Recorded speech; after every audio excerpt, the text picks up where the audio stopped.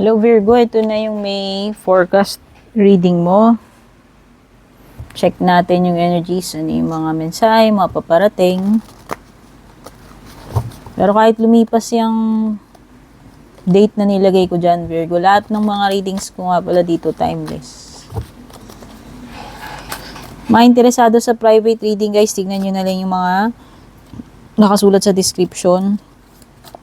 At maraming salamat po sa pag-drop by para manood ng reading ko bago man po kayo dito or matagal na. Don't forget to subscribe, like, follow. Thank you rin dun sa mga nag-avail ng membership subscription, sa mga nagpapadala ng stars, super thanks, yung mga nag-avail ng private reading.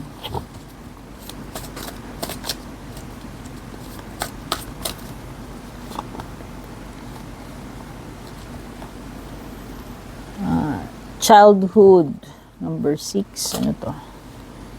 Shield, Black Widow, at saka Autumn. May timing card dito, Virgo.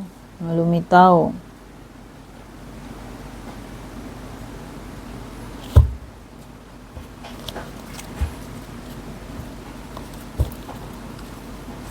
Nako. So, may mga warning cards ka rito.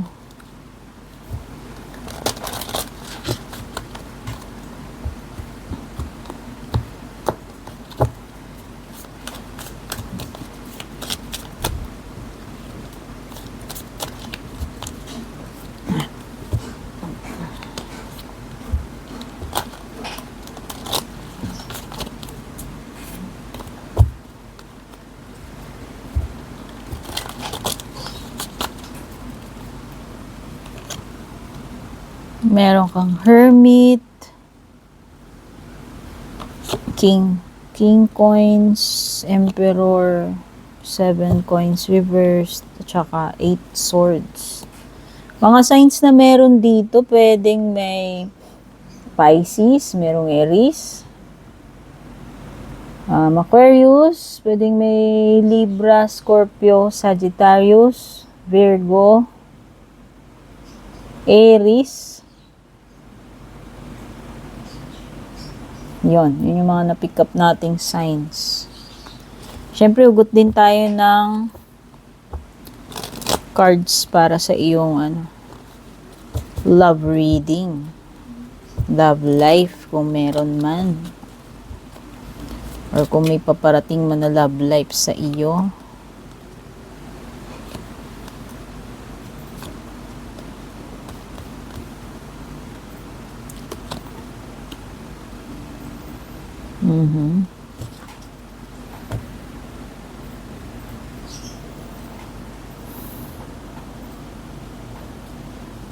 Naku, mag-ingat ka kasi merong warning dito, betrayal. May backstabbing, traitor energy. Sabi dyan, pwede rin namang toxic situation or relationship din yan. Pwedeng mahuhulog ka sa patibong netong person na to. Mako-corner ka. Something na hindi mo ine-expect na magagawa sa'yo or alam mo yun, masabit ka sa ganyang situation. This is a toxic connection, romantic man ito or hindi, and pwedeng hindi patas yung person na yan, o may pagka-traidor, or may alam mo yun, yung mga tipo ng tao na mahilig maghigante. Meron ditong something nostalgic with the childhood card. Pwedeng energy ng kababata mo. Parang mala 6 of Cups energy to, wherein meron kang mga memories sa past na manunumbalik sa'yo or binabalik-balikan. Pero pwede rin something na mag-grow yung connection nyo. Pwede kayong ma-develop yung friendship ninyo, maging mag-BFF kayo, or from friendship to to romantic, hindi ko alam merong something dito na nade-develop yung, na nagsisimula sa friendship and nade-develop. Okay, could be, sabi dito, pwedeng no beginnings din naman, kasi parang yung sa Lenormand, yung bata na na card naman So, pwedeng nagsisimula uli. O bagong chapter, sa love life man yan or hindi. Basta may new beginnings para sa'yo ngayong May. Kailangan mo talaga maging maingat, defensive, protect, safeguard mo yung mga dapat mo i-safeguard. Kasi nga merong threat dito with the Black Widow card. May danger, situation man ito or tao, yung binabanggit ko kanina na pwedeng may betrayal or warning. Basta maging handa ka. Gawa ka na ng mo dito, ng defense mo.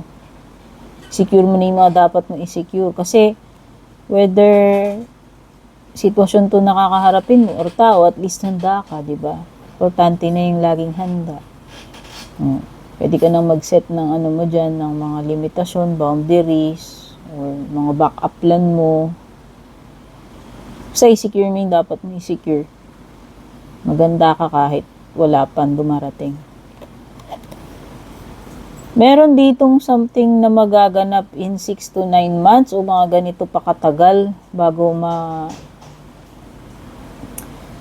pwedeng ganito pa katagal yung waiting period, pwedeng ganito katagal mong pagtatrabahuan, or maglalast itong ganap na to, kung ano man tong sitwasyon na to.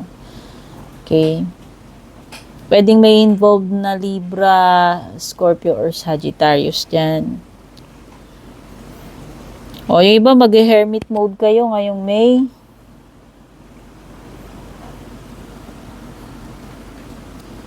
Tingin ko pwedeng period ng nakalib, nakabakasyon.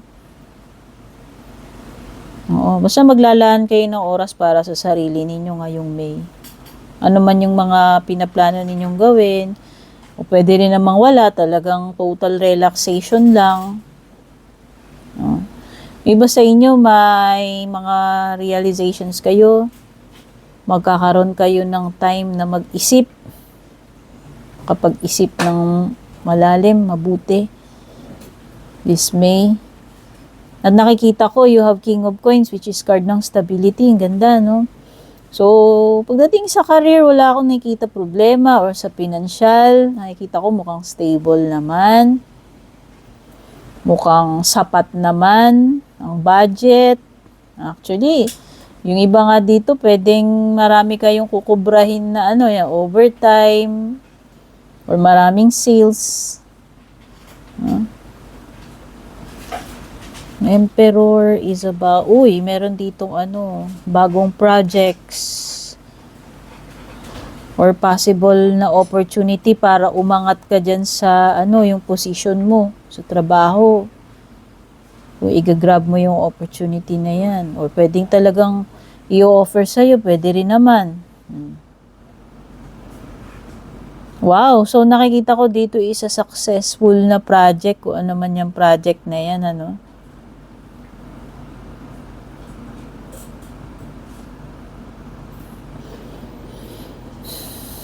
Tsaka hindi ka hirap kontrolado mo yung mga bagay-bagay with the Emperor card. Magagawa mo ng maayos yung mga trabaho mo, mamamanage mo, ano man itong mga task na yan.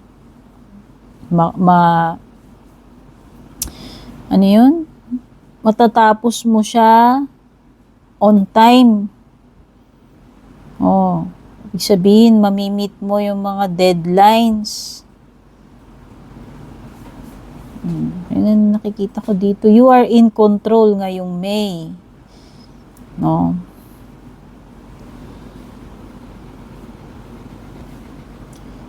Kumbaga, yun, everything is under control. Yun yung nafe-feel kong energy dyan.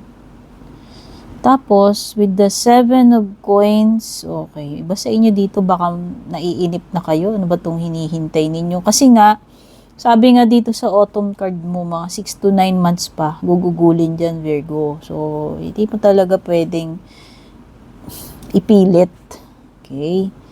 So, nasa sayo na yan. Kung ikaw ba ay willing maghintay, no? Kung hindi naman, kung feeling mo, sayang lang oras mo, sayang lang energy mo, nasa sayo naman yan, decision mo. Kaya ngayon yung isa sa ipagko-contemplate mo, pag-iisipan mong mabuti with the Hermit card. Kasi this is something na tututukan mo talaga eh. Maglalaan ka ng pera, pwede naman kasing hindi rin worth it eh. So, ikaw na bahala, tumansya, no? Kung sa tingin mo ba, talo ka dyan, hindi naman worth it, sayang lang yung panahon na gugugulin mo kumpara dun sa ma-earn mo dyan, nasa sayo naman yan, diba? Tapos, pagdating sa love life mo, actually, may 8 of Swords ka pa pala rito.